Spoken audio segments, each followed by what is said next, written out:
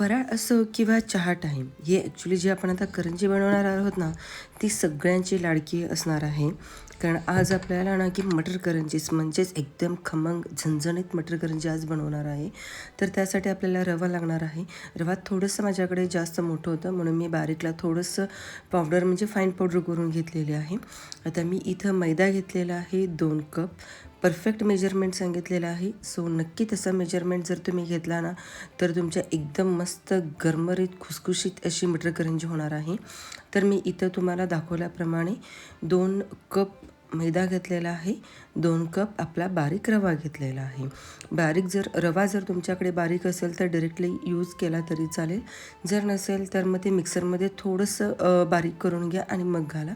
नंतर तुम्हाला चवीनुसार मीठ घालायचं आहे, ओवा घालायचा आहे. सो छान असं मिक्स करून घ्या. नंतर मी इथं तूप घेतलेलं आहे 2 चमचे आणि 2 चमचे तूप आपल्याला गरम करून परत ह्यामध्ये आपल्याला मळून घ्यायचं आहे. सो हे अशा पद्धतीनं छान असं मळून घ्यायचं आहे. पहिल्यांदा तुपातच मळायचं आणि मग नंतर हळूहळू आपल्याला पाणी घालायचं आहे. सो सगळीकडे तूप लागेल असं किंवा आपण एक मूठ करायची आणि त्या मुठीमध्ये बसतं काय बघायचं, म्हणजेच गोळा होतो का मुठीमध्ये बघायचं. तर मग समजायचं की हा झालेला आहे आपलं. सो आपण पाणी घालून ते मळू शकतो. इन केस जर तुम्हाला दूध वगैरे हवे असेल तर ते सुद्धा आपण घालू शकतो. आता लास्टला ना की मी टिप सांगितलेले आहेत. सो ते नक्की टिप फॉलो करा. तर त्यामुळे काय होणार आहे, तुमच्या करंज्या एकदम छान खुसखुशीत होणार आहेत. तर हे असं छान पद्धतीनं आपल्याला हे मळून घ्यायचं आहे. पाणीही मी दाखवते की किती प्रमाण घेतलेलं आहे ते.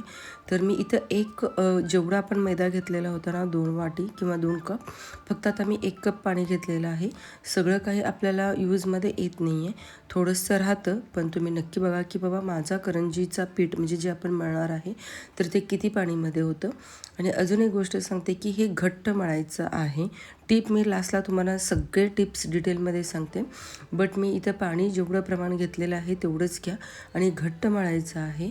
सो हे अशा पद्धतीनं छान असं घट्ट मळून घेऊ आणि नंतर ह्याला रेस्ट करायला एक ॲटलिस्ट अर्धा तास तरी ठेवायचं आहे.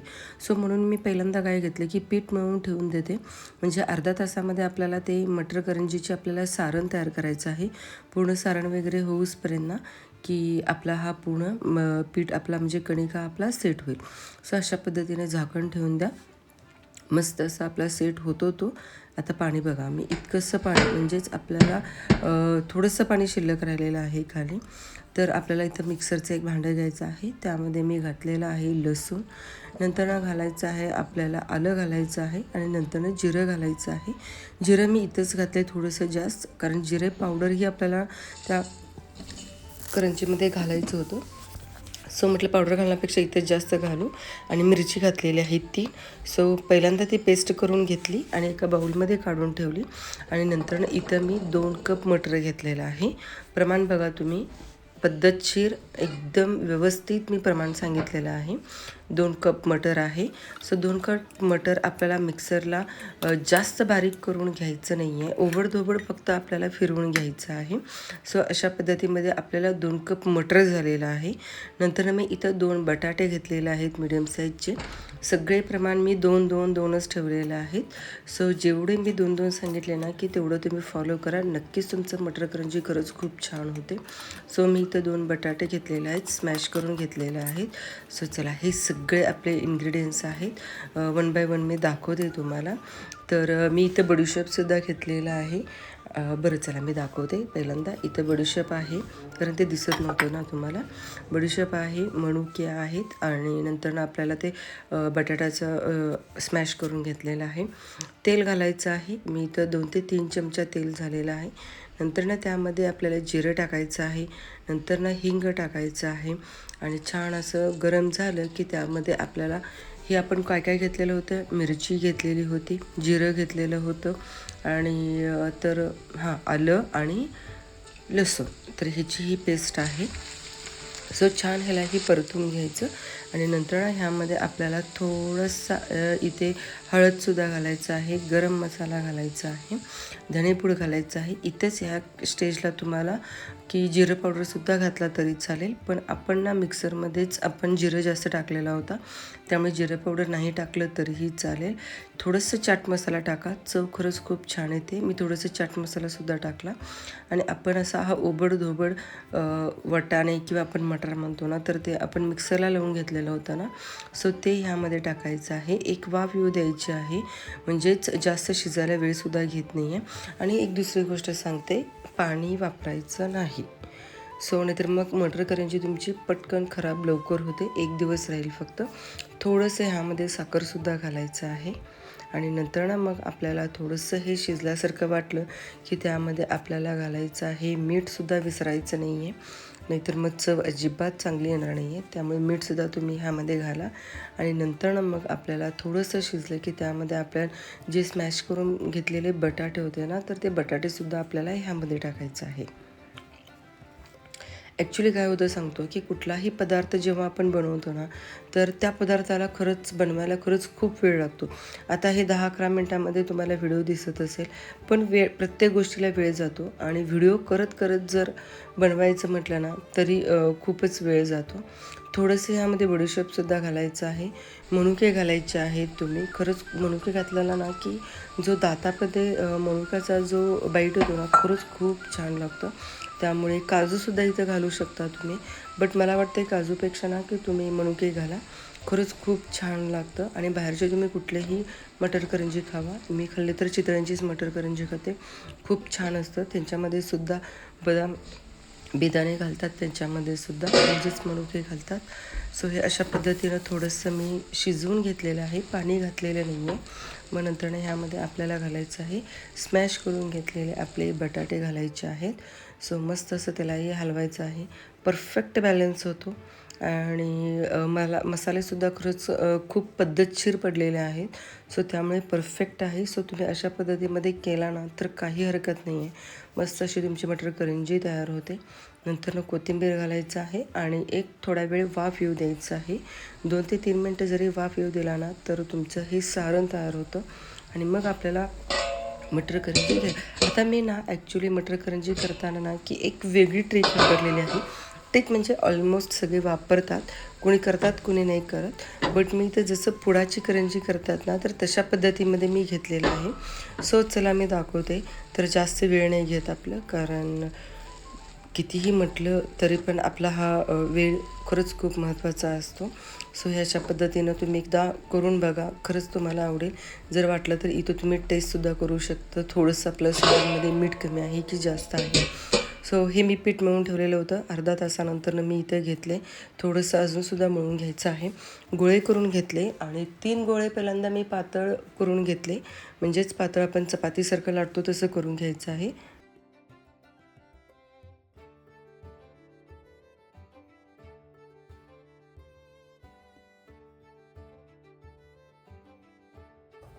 जेवढी खायला सोपी वाटते ना, तर तेवढी ही खरंच नाही आहे.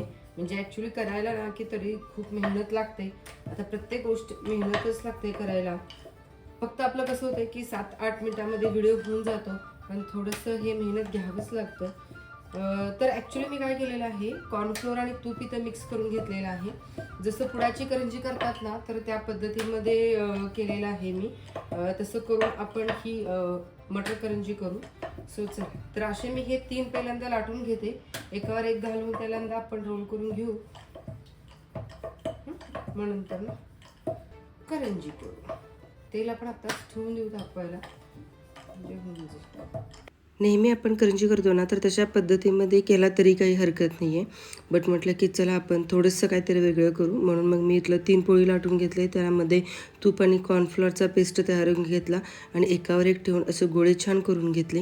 आणि जसं आपण नॉर्मल करंजी करतो ना, तर तसं केलं. स्टफिंगसुद्धा आतमध्ये भरायचं आहे आणि जर तुमच्याकडे तो करंजीचा साचा असेल ना, तर बेस्ट आहे. कारण काय तो माहिती आहे काय, तर त्याच्याने एक सारखं सेम आकाराचं आपलं करंजी तयार होते. तर इथं माझ्याकडे थोडंसं आता कमी जास्त पद्धतीमध्ये झालेलं आहे. बरं ठीक आहे, आपण आता घरासाठी बनवतोय म्हटलं की बरं ठीक आहे. सो हे अशा पद्धतीमध्ये मी आता करंजी भरून घेते आणि मस्त आपली अशी गरमागरम झणझणीत आपली आता तळल्यावरती ना की करंजी आपली तयार होते. तळण पण कसं असतं, तेल आपलं मध्यम आचेवरतीच ठेवायचं आहे. आणि जर ते शेपर तुमच्याकडे असेल ना, म्हणजे शेप आपण देतो ना किंवा ते करंजीचं साचं जर तुमच्याकडे असेल ना, तर खरंच खूप सुंदर असा शेप होतो. त्यामुळे तेलातसुद्धा आपल्याला ते फुटत नाही आहे. त्यामुळे हे अशा पद्धतीमध्ये करून घ्या. आणि नंतर ना मग मी इथं ना की फकने त्यांचे कडा जे आहेत ना, तर ते एकदम क्लोज करून घेतलेले आहेत. म्हणजे जेणेकरून आपल्या तेलात गेल्यावरती फुटणार नाही आहे. तर ह्या पद्धतीमध्ये मी करून घेतलेलं आहे. सो तुम्हीही अशा पद्धतीमध्ये करा. फक्त माझी थोडीशी साईज कमी जास्त झालेली आहे. सो तुम्हीही व्यवस्थित केला तरी काही हरकत नाही आहे. सो अशा पद्धतीमध्ये आपल्या ह्या गरम गरम करंज्या तर तयार झालेल्या आहेत. खुसखुशीत मटर करंज्या चहासोबत खाल्ल्या की खरंच खूप मजा येते. आणि आपली ही रेसिपी कशी वाटली तर नक्कीच कमेंट करून सांगा. बरं चला, आता जास्त वेळ घेत नाही, मी आता पहिल्यांदा तुम्हाला टिप सांगते. टिप नंबर 1 अशी आहे की करंजी आपल्याला जर फुटू नये असं जर वाटत असेल, तर पीठ सैल असेल तर तेलात आपल्या करंज्या ह्या फुटतात. त्यामुळे घट्ट आणि मऊ पीठच मळायचं आहे. नंतर ना आपण मैद्यामध्ये गरम तेल किंवा आपण तूप घातलं तरीही काही हरकत नाही आहे. घातलं नाही तर ते कवच थोडंसं कमजोर राहतं. त्यामुळे तुम्ही नक्की घाला. 1 कप मैद्यासाठी 2 चमचे गरम तेल किंवा तूप वगैरे चालेल. स्टफिंग पूर्ण कोरडं हवं, जे काही आपण सारण करून घेतलेलं आहे ते. कारण ओलसर जर स्टफिंगमुळे करंजी आतून फुगते आणि ते फुटतेसुद्धा. त्यामुळे मटरचं मिश्रण जे काही आपण बनवून घेतलेलं आहे ते पूर्ण कोरडं होईपर्यंत आपल्याला ते परतून घ्यायचं आहे. नंतर आपल्याला जे आपण पोळी करून घेतो किंवा लाटून घेतो ना, तर ते खूप पातळ करायचं नाही आहे. खूप पातळ जर झालं तर कवच फाटतं आणि त्यामुळे मध्यम जाडीचीच ती पोळी ठेवा. एक्स्ट्रा एक कोल्हापुरी टिप देणार आहे, सो तेही नक्की बघा. आता टिप नंबर 5 अशी आहे की कडा जेव्हा आपण बंद करतो तर नीट बंद करायचं आहे ते. कड्यांना थोडंसं पाणी लावा आणि घट्ट दाबून घ्या, नाहीतर मग आपल्या तेलामध्ये ते फुटतात. टिप नंबर 6 अशी आहे की तळण्याआधी ना की 5 मिनटं त्याला तसंच ठेवू द्या. म्हणजे जेव्हा आपण हे करंजी सारण भरून ठेवतो त्यावेळेला 5 मिनटं असंच ओपन ठेवा आणि मग नंतर 5 मिनिटांनी ते तेलात टाका, जेणेकरून त्याचा कवच सेट होतो. तेल जास्त तापवायचं नाही. खूप गरम तेलात जर आपण हे टाकलं तर करंजी पटकन फुटते. त्यामुळे मध्यम आचेवरच आपल्याला हे तळायचं आहे. टिप नंबर 8 आहे, करंज्या जास्त हलवायचं नाही. तळताना सारखी उलटापालट केली तर ते फुटतात.